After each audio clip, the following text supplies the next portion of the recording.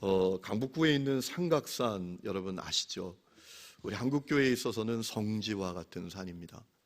1950년 6.25 동란 이후에 온 강토가 폐허로 번하고 절망뿐일 때 수많은 사람들이 그 산에 올라가서 나라와 민족과 또 교회를 위해서 기도했습니다. 그래서 이 나라가 이만큼 된 거예요, 사실. 그런데 1998년에 삼각산 입산 금지 조치가 내려지게 되고, 그래서 사람들이 삼각산 기슭에 있는 감남산이라는 기도원에서 기도하기 시작을 했습니다. 그런데 안타깝게도 시간이 지나면서 기도하는 시간이 점점 더 줄어들어 기도원 운영이 어렵게 되었습니다. 그래서 결국 부동산 업자에게 경매로 넘어가게 된 겁니다. 다 안타까워하는 그때에 놀라운 일이 일어납니다. 우리 지역에 있는 모 교회 장로님께서 12억을 헌금해서 그 기도원을 되찾게 된 겁니다. 그래서 감리교 신학대학에 기도하는 집으로 기증하게 되었어요. 그 교회를 제가 좀 알기 때문에 그 목사님께 여쭙습니다. 담임 목사님께, 목사님, 그 장로님이 대단한 자산가입니까? 그랬더니 아니래요. 그래서 부인이 미용실하고 평범하게 사는 분이래요. 대단한 자산가가 아니라는 거예요. 그런데 평생에 모은 그 재산을 기도의 성질을 되찾기 위해서, 한국교회가 계속 기도하는 교회가 되도록 하기 위해서 드렸다라는 거죠. 여러분, 대단한 일입니다. 정말 쉽지 않은 일입니다. 그런 생각을 해봅니다. 어떻게 그런 헌금을 드릴 수 있었을까? 오늘 말씀을 묵상하다가 제가 그 답을 얻게 되었습니다. 여러분, 예루살렘 교회가 모든 이방 교회들의 모교회인데 기근과 핍박으로 어려움에 처했습니다. 그래서 이방에 있는 교회들이 예루살렘 교회를 위해서 헌금을 하게 되었던 거예요. 그런데 고린도 교회는 생각은 했지만 실행에 옮기지는 못했습니다. 바울이 그것을 대단히 안타깝게 여겼던 것 같아요. 왜냐하면 이 고린도라는 지역은 무역과 상업이 번창해서 부유한 도시였고, 고린도 교회 성도들 역시 비교적 부유한 어떤 재정적인 상황을 갖고 있는 그런 성도들이었습니다. 그래서 안타까움으로 바울이 그 고린도 교회 성도들에게 예루살렘 교회를 위해서 헌금할 것을 독려하는 내용을 우리가 읽었는데, 오늘 말씀을 보니까 한 모델을 드는 것을 보게 됩니다. 그들은 마게도냐 교회 성도들이었습니다. 여러분, 오늘 1절 말씀 보세요. 형제들아, 하나님께서 마게도냐 교회들에게 주신 은혜를 우리가 너희에게 알린다라고 했어요. 마게도냐 교회 성도들이 얼마나 주님을 향한 사랑과 섬김과 또 헌신이 놀라웠는지 그것을 은혜라고 표현하면서 그것을 너희들에게 좀 알려주고 싶다라고 하는 거예요. 여러분, 마게도냐라는 지역은 어떤 지역이죠? 지금의 그리스 북쪽에 있는 지역이에요. 바울이 지금의 터키 지역이죠. 소아시아에서 복음을 전하려고 할 때 어느 날 환상을 보게 됩니다. 건너와서 우리를 도와달라고 하는 마게도냐 사람의 환상을 보고 건너가서 복음을 전하기 시작했던 지역이죠. 빌립보, 데살로니가, 베레아 같은 지역이죠. 그곳에 다니면서 복음을 전하고 교회를 세웠던 그 지역입니다. 그 지역의 성도들을 모델로 삼아서 이야기를 하는 거예요. 자, 오늘 말씀을 보니까 이 마게도냐 교회 성도들의 헌금에 대해서 몇 가지 내용을 바울이 알려주고 있는 것을 보게 되는데, 첫 번째는 2절 말씀을 보니까 무엇보다 이 마게도냐 교회 성도들은 많은 환난과 시련 가운데 있었지만 넘치는 기쁨으로 충만했다라는 것입니다. 여러분, 마게도냐 지역은 금과 철이 많이 묻혀있는 지역이었다고 해요. 그런데 그 지역을 정복해 있는 로마가 다 수탈해 가는 겁니다. 그래서 재정적으로 너무 어려운 거예요. 마치 우리가 일제 치하에 있을 때 저 일본이 집에 있는 놋그릇까지 다 빼앗아 갈 정도로 얼마나 어려운 환경이었습니까? 아마 그런 상황을 살펴보면, 생각해보면 될 것 같아요. 그뿐만 아니라 예수 믿는 것 때문에 얼마나 박해하는지 말할 수 없는 환난과 시련 가운데 있었어요. 그런데 놀라운 사실은 그들이 넘치는 기쁨을 갖고 있었다라는 겁니다. 여러분, 그 기쁨에 원인은 무엇이었을까요? 십자가 복음 만난 것, 예수 믿는 것, 구원받은 것, 천국 백성 된 것, 그것이 그들의 기쁨의 원인이었겠죠. 여러분, 오늘 그 은혜가 여러분 가운데도 있기를 주의 이름으로 축원합니다.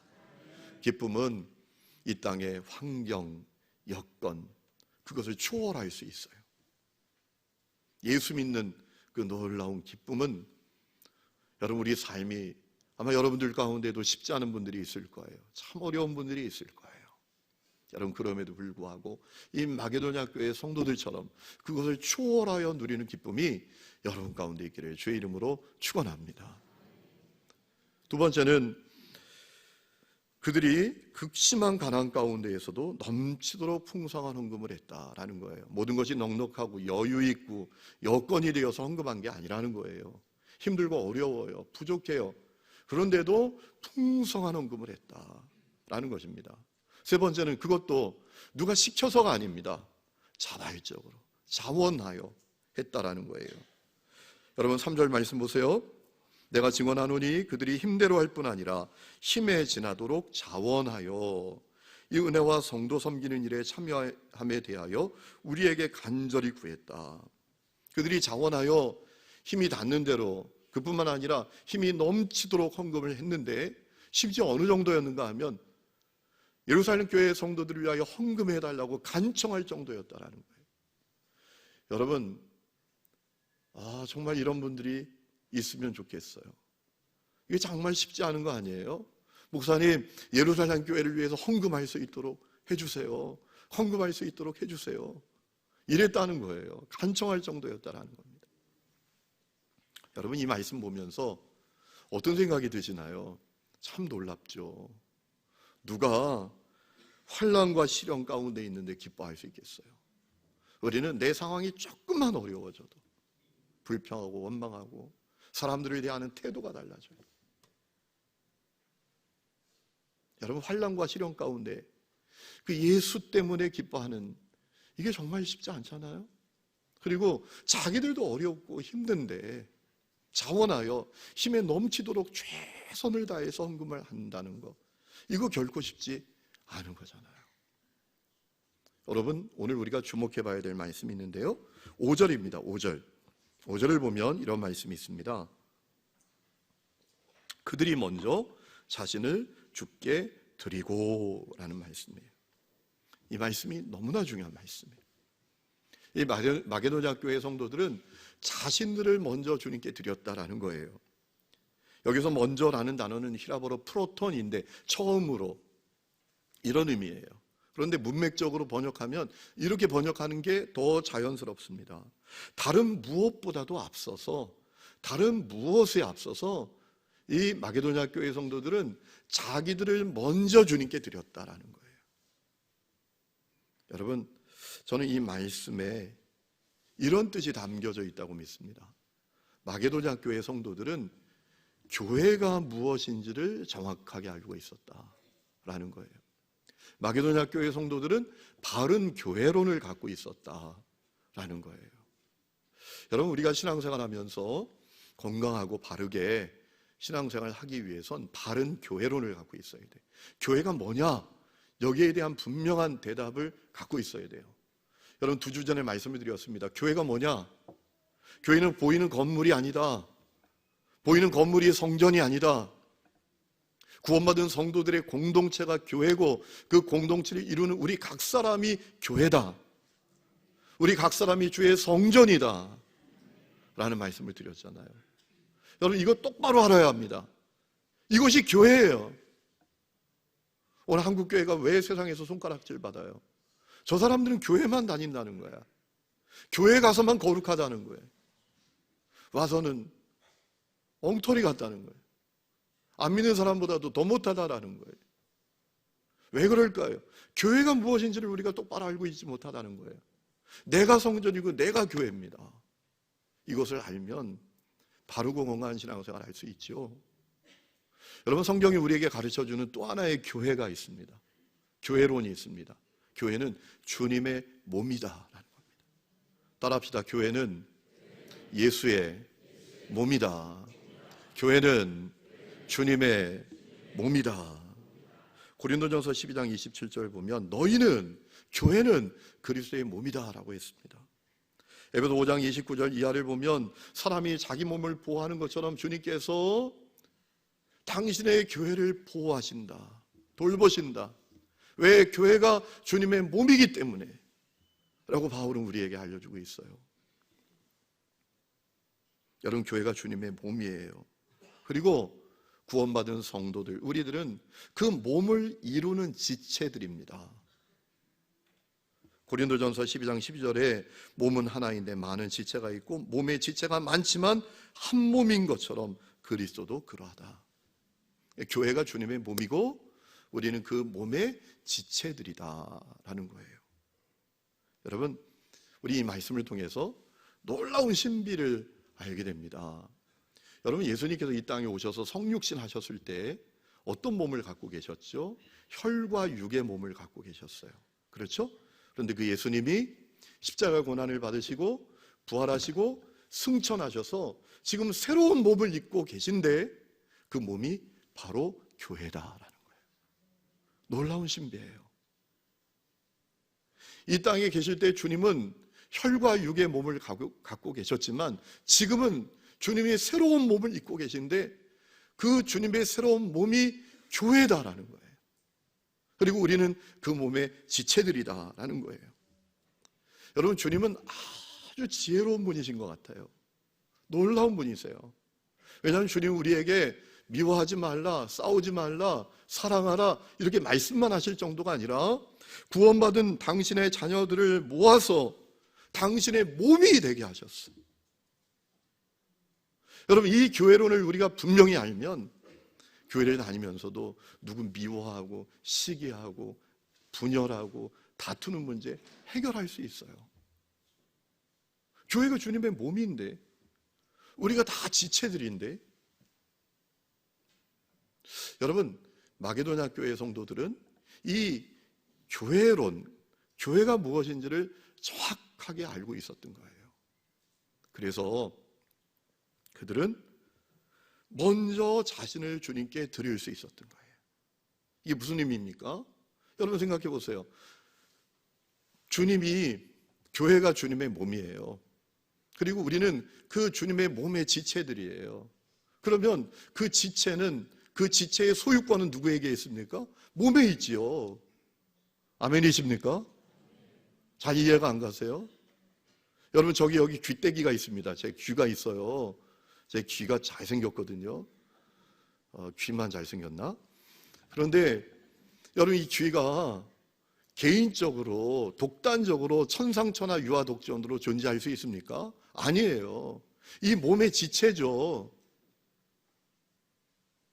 여러분, 이 귀의 소유권은 제 몸에 있는 거예요. 고린도 교회 성도들은 그 사실을 잘 몰랐던 거예요. 그런데 마게도냐 교회 성도들은 그것을 알았던 거예요.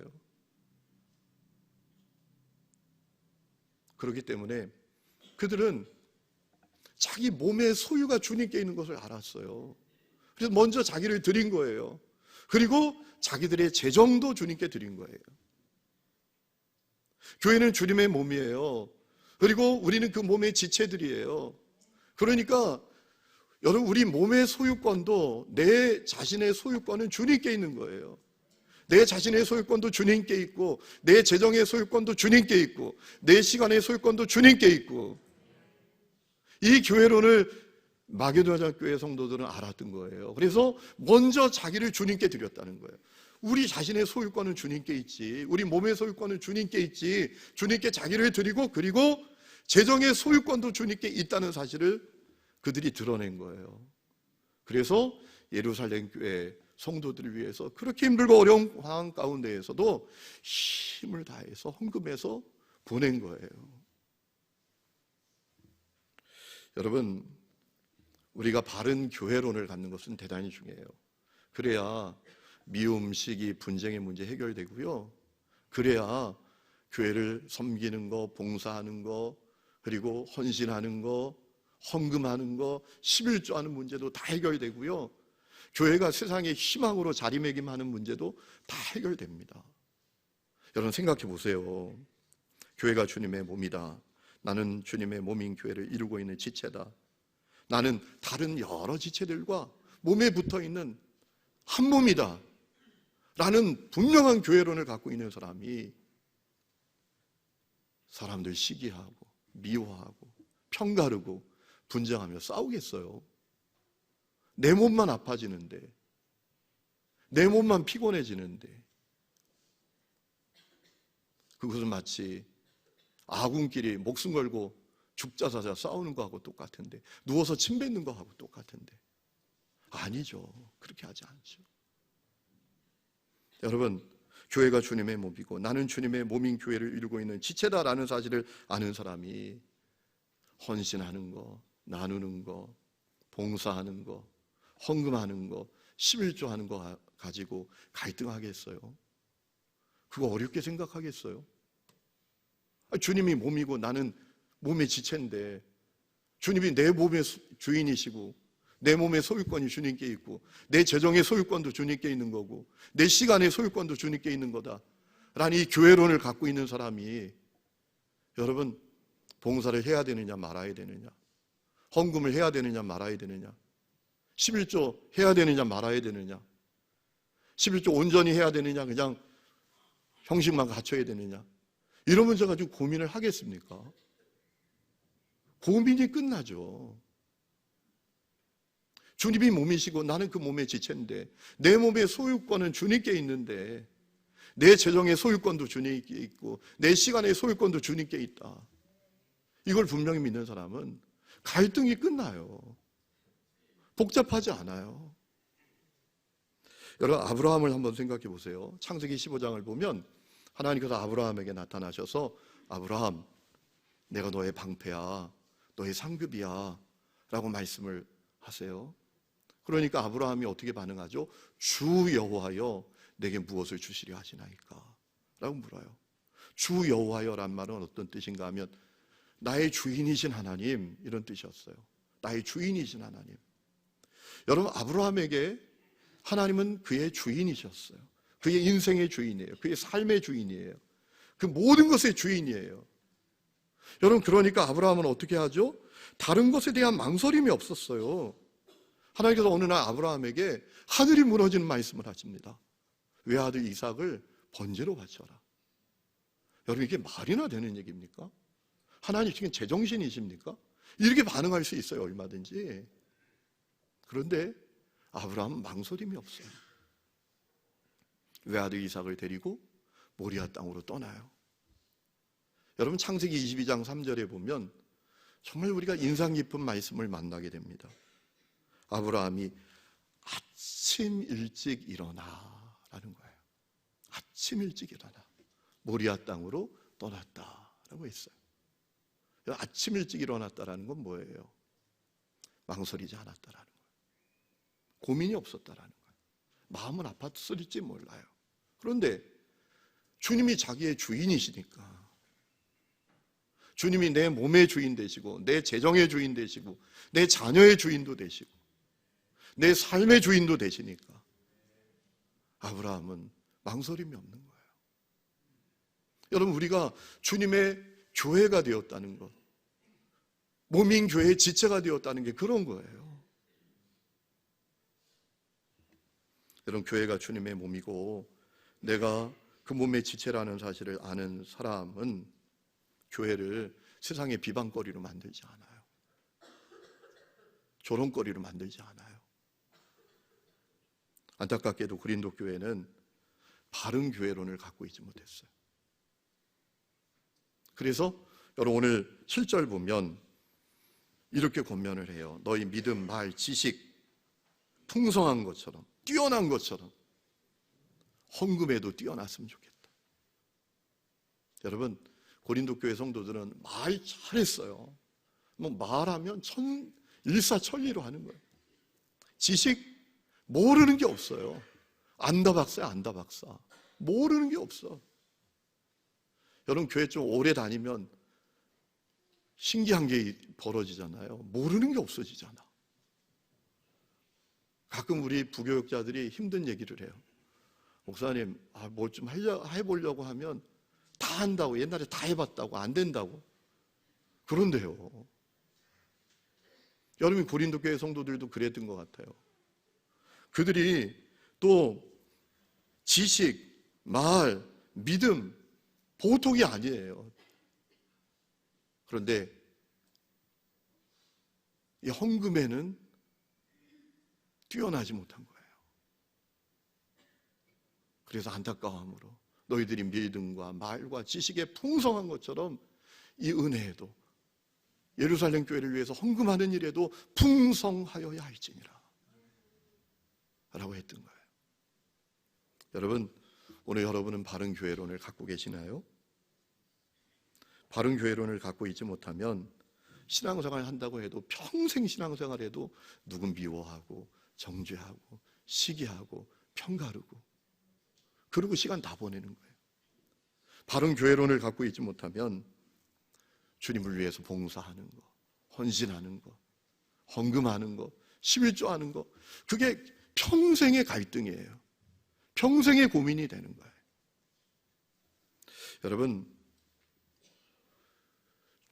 주님이 몸이시고 우리가 그 몸의 지체라면 우리가 주님의 몸이라는 거 아닙니까? 이 손이 제 몸이잖아요. 그렇죠? 그렇다면 우리가 주님의 몸이라면 주님께서 우리를 얼마나 세밀하게 돌보시고 살피시고 우리의 삶을 공급하시겠습니까? 우리가 이 교회론을 바로 알아야 돼요. 내가 주님의 몸이에요. 그렇기 때문에 주님께서 사람이 자기 몸을 끔찍하게 여기는 것처럼 주님께서 우리를 끔찍하게 여기십니다. 돌보십니다. 보호하십니다. 책임지십니다. 여러분, 사람이 자기를 얼마나 끔찍하게 여깁니까? 괜찮아요. 언젠가 꺼지겠죠 뭐. 여러분, 사람이 자기를, 절 보세요. 여러분이 그분을 보시면 얼마나 쑥스러우세요. 절 보셔야지. 사람이 자기 몸을 얼마나 끔찍하게 여겨요. 제가 예전에 어느 분 얘기를 들었는데 남편에 대한 서운함이 얼마나 큰지요, 이분이. 왜냐하면 자기가 아파서 곧 죽을 것 같아도 신경도 안 쓴대. 뭐 아프냐 아프지 않느냐 이런 얘기조차도 없대요. 그렇게 무정하고 매정하고. 그런데 자기 아프면 집에 약 없냐, 병원 좋은데 어디냐, 난리 난대요. 사람이 자기 몸을 얼마나 끔찍하게 여깁니까? 여러분 기억하세요. 우리가 주님의 몸인 것을 믿으시기 바랍니다. 주님이 몸이고 우리가 그 몸의 지체라면 우리는 주님의 몸이 되시는 거예요. 아멘이십니까? 그러면 그 몸을 주님께서 얼마나 아끼시고 얼마나 살피시고 얼마나 보호하시고 얼마나 좋은 것으로 공급하시겠어요. 그것을 믿어야 합니다. 이 교회론이 세워져야 합니다. 그래야 헌신에 대한 갈등, 봉사에 대한 갈등, 11조에 대한 갈등, 헌금에 대한 갈등, 이게 다 끝나는 거예요. 내가 주님의 몸인데, 주님이 보살피실 텐데, 주님이 공급하실 텐데, 여러분 이게 안 믿어집니까? 성경이 그 얘기하는데, 여러분 성경을 믿어요? 여러분 생각을 믿어요? 누구 말을 믿어요? 어떤 이론을 믿어요? 저는 우리 하나님교회 성도들이 성경을 믿는 분들이 되시기를 축원합니다. 이 교회론을 갖고 있어야 돼요. 그렇지 않으면 평생 갈등하고 염려, 두려움, 낙심, 근심 속에 살게 됩니다. 제가 며칠 전에 신방을 가는데요, 큰 대형 버스를 광고차로 만들어가지고 돌아다니는, 가끔 그런 거 보잖아요. 큰 대형 버스를 완전히 랩핑 처리해가지고 창문도 없애고 그냥 운전하는 사람 그 앞에만 딱 뚫어놓고 백미러 볼 수 있는 것만 딱 뚫어놓고 큰 차가 돌아다니는 광고판으로 쓰는 거 많잖아요. 뭐 개업했다든가 아파트를 분양한다든가 그러면 대형 버스를 완전히 광고 문구로 가득하게 만들어가지고 다니잖아요. 근데 조금 이상해요, 광고 문구가. 저게 뭐지? 하고 봤더니 요즘 극성을 부리는 그 모 이단에서 기독교를 공격하는 내용이더라고요. 뭐라고 써놨는가 하면 국내 모 연합단체 대표 목사가 하나님 까불면 죽는다 그랬다는 거야. 하나님과 맞짱 뜨자고 했다는 거예요. 그러니까 한국교회 가짜라고 그 이단에서 거기다 막 써붙여가지고 돌아다니는 거예요. 제 마음이 아팠어요. 야, 어떻게 하다가 오늘 교회가 저런 조롱까지 당하게 되었나 싶더라고요. 여러분들도 혹시 시험 드는 분 계세요? 시험 들지 마세요. 중심을 바로 잡으세요. 여러분, 이 나라는 위정자, 정치인, 운동가, 이론가의 손에 달려있는 것이 아니라 하나님께 달려있는 것을 믿으시기 바랍니다. 우리 그리스도인들은 중심을 잡고 하나님께 기도해야 합니다. 여러분, 세상에 다 대단해 보여도 다 지나가는 거예요. 대단해 보여도 다 물거품 되는 거예요. 진실도 다 드러나게 되는 거예요. 우리 그리스도인들은 기도하는 거예요. 기도하면 주님이 하실 것을 믿으시기 바랍니다. 그런데 오늘 말씀을 준비하면서 그 차 생각이 나면서 그런 마음이 드는 거예요. 진짜 하나님과 맞짱 뜨는 것은 따로 있는데, 진짜 하나님과 맞짱 뜨는 게 따로 있어요. 뭔지 아십니까? 돈이에요, 돈. 돈이 하나님과 맞짱 뜨고 있어요, 지금. 1996년에 그 하버드 대학교 신학교 교수인 하비칵스라는 교수가 한국에 와서 했던 얘기가 있습니다. 21세기가 되면 하나님과 돈이 대결하는 시대가 온다. 하나님과 돈이 투쟁하는 시대가 온다. 성도들에게도 하나님이냐 돈이냐 그 투쟁이 일어날 것이다 라고 했어요. 1세기 성도들은 우상 숭배하는 것, 황제 숭배하는 것, 이단과 투쟁했다면 21세기의 성도들은 돈과 투쟁하는 시대가 올 것이다 라고 했어요. 왜냐하면 돈이 하나님과 맞짱 뜨려고 하기 때문에 그래요. 여러분, 마태복음 6장 24절에 보면 예수님께서 너희가 하나님과 돈을, 재물을 겸하여 섬기지 못하느니라 라고 하셨어요. 그 재물이라는 단어는 히라보를 보면, 원문을 보면 맘몬이에요. 맘몬. 이 맘몬이라는 단어는 어디서 파생된 단어인가 하면 아람어, 예수님은 평상어로 아람어를 쓰셨거든요. 그 아람어 마모나라는 단어에서 파생된 단어입니다. 이 마모나의 뜻이 뭔가 하면 이런 뜻입니다. 아무개가 믿는 것이란 의미가 있어요. 그러니까 맘몬, 재물은 돈신이라는 거예요. 돈신. 사람들이 믿는 신, 돈신이라는 거예요. 그러니까 예수님께서 너희가 하나님과 재물을 겸하여 섬기지 못하느니라 라는 것은 우리가 하나님을 섬기든지 돈을 섬기든지 선택해야 한다는 거예요. 하나님을 섬기든지 돈신을 섬기든지 선택해야 한다는 거예요. 왜냐하면 우리가 가지고 있는 돈이 맞짱 뜨려고 하는 거예요. 하나님께. 자기가 경배를 받고 자기를 의지하게 하고 자기를 예배하게 하려고 하는 거예요. 사람들에게, 우리에게. 여러분, 그러면 어떻게 하나님과 맞짱 뜨려고 하는 그 돈을 우리가 하나님께 굴복시킬 수 있을까요? 다른 건 아닙니다. 바른 교회론을 우리가 분명히 갖고 있는 거예요. 주님이 몸이시고 우리는 그 몸의 지체다. 내가 주님의 몸이다. 그러니 주님이 나를 돌보신다. 주님이 나를 책임지신다. 내게 필요한 것을 주님이 공급하신다. 주님이 나를 인도하신다 라는 사실을 믿고 그 돈신을 하나님께 굴복시키는 거예요. 오늘 그 은혜가 여러분 가운데 있기를 주의 이름으로 축원합니다. 오늘 세상은 이렇게 외쳐요. 소비해라. 소비해라. 소유하라. 그럼 네가 행복해진다. 여러분, 하나님께서 교회를 주님의 몸으로 삼으시고 그리고 우리를 몸의 지체로 삼으신 이유는 하나님이 어떤 분이신지를 드러내기 위하심이라고 저는 믿어요. 진짜 사람이 행복해지는 때가 언제냐? 나누고 베풀고 하나님의 나라를 위해서 사용하고 선한 사업을 위해서 드릴 때 하나님, 사람이 행복해지고 그 삶을 하나님이 책임져 주시고 더욱더 풍성하게 하신다라는 것을 보여주시기 위해서 오늘 교회를 주님의 몸으로 삼으시고 또 우리를 그 몸의 지체로 삼으셨다고 저는 믿습니다. 우리를 통해서 일하기를 원하시는 거예요. 우리를 통해서 하나님이 얼마나 놀라운 분이신지 좋은 분이신지 드러내기를 원하시는 거예요. 우리가 그렇게 쓰임받아야 돼요. 한 가지 말씀드리고 마치는데요, 저 성동구에 가면 금호제일교회라고 있어요. 거기 권사님 네 분이 있는데 부인 권사님 아버님이 속초에 살고 계세요. 이분이 강원도 분인데 예수님을 안 믿어요. 그래서 틈나는 대로 내려가가지고 아버지에게 복음을 전하고 아버지를 이제 믿도록 하려고 애를 씁니다. 아버지가 결국은 마음문을 여시고 예수님을 믿게 됐어요. 교회 나가시게 되었고, 그렇고 이제 사시다가 하나님의 부름을 받게 되셨어요. 아버지가 돌아가신 지 얼마 되지 않아서 사남매에게 땅을, 이제 재산을 이렇게 물려주신 것을 알게 되었어요.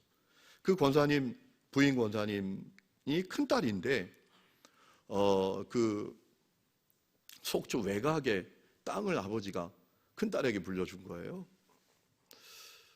그러고 있는데 시간이 좀 한참 지난 다음에 속초시에서 연락이 온 거예요. 속초 버스터미널을 옮기려고 하는데 그 땅을 사용하기를 원한다라는 거예요. 땅값을 보상해 준다고 하는데 600억을 보상해 준다는 거예요. 그래도 3부 예배가 좀 달라요. 2부 예배 때는 많이 놀라시더라고요. 600억을 보상해 준다는 거예요. 세상에. 아니, 그 땅이 600억 땅이 되리라고 상상도 하지 못했던 것이죠. 한번 따라 합시다. 전도하면 복을 주신다. 여러분 전도하세요. 전도. 가족을 전도하든지. 그래가지고 이제 600억을 이분이 보상받은 거 아니에요. 뭐 세금 많이 내고 또 좀 남았겠죠, 돈이. 어느 날 이분이 목사님 찾아와가지고 백지수표를 갖고 왔어요. 목사님, 하나님의 나라, 하나님의 일을 위해서, 선한 사업을 위해서 써야 될 돈이 있습니까? 그러면 목사님 여기 수표에 그냥 쓰세요. 얼마라고 쓰세요. 그만큼 우리가 헌금합니다.